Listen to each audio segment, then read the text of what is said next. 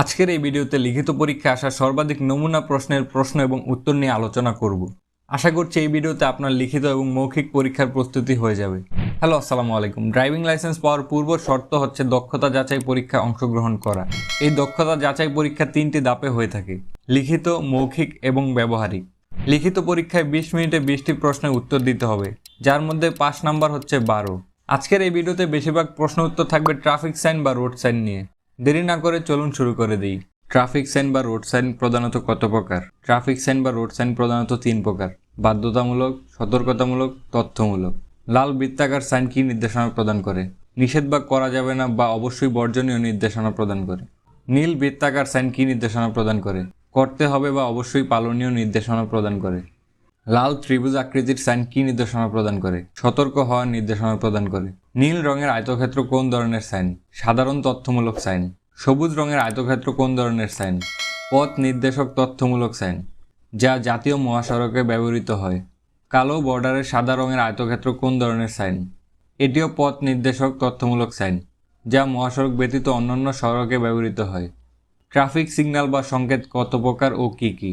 Traffic signal 3 প্রকার, যেমন বাহুর সংকেত, আলোর সংকেত, শব্দ সংকেত। ট্রাফিক লাইট সিগন্যালের চক্র বা সিকোয়েন্সগুলো কি কি? লাল, সবুজ, হলুদ এবং পুনরায় লাল। লাল, সবুজ ও হলুদ বাতি কি নির্দেশনা প্রদান করে? লাল বাতি জ্বললে গাড়িকে থামুন লাইনের পেছনে থামিয়ে অপেক্ষা করতে হবে। সবুজ বাতি জ্বললে গাড়ি নিয়ে অগ্রসর হওয়া যাবে এবং হলুদ বাতি জ্বললে গাড়ি থামানোর জন্য প্রস্তুত হতে হবে। নিরাপদ দূরত্ব বলতে কি বোঝায়?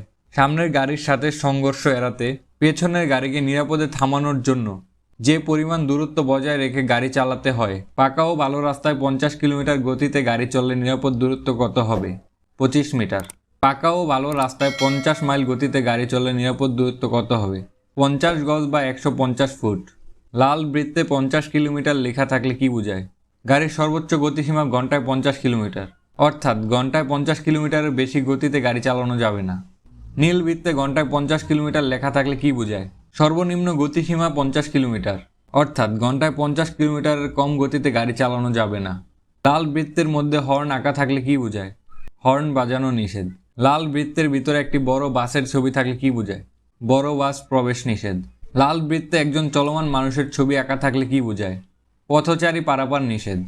লাল ত্রিভুজে একজন চলমান মানুষের ছবি আঁকা থাকলে কি বোঝায়? সামনে পথচারী পারাপার, তাই সাবধান হতে হবে। লাল বৃত্তের ভিতরে একটি লাল ও একটি কালো গাড়ি থাকলে কি বোঝায়? ওভারটেকিং নিষেধ। কোন কোন স্থানে গাড়ির হর্ন বাজানো নিষেধ? নীরব এলাকায় গাড়ির হর্ন বাজানো নিষেধ। হাসপাতাল, শিক্ষা প্রতিষ্ঠান, অফিস, আদালত বা অনুরূপ প্রতিষ্ঠানসমূহের চতুর্দিকে 100 মিটার পর্যন্ত এলাকা নীরব এলাকা বলে চিহ্নিত। গাড়ির রাস্তার কোন পাশ দিয়ে চলাচল করে? গাড়ির রাস্তার বাম পাশ দিয়ে চলাচল করে।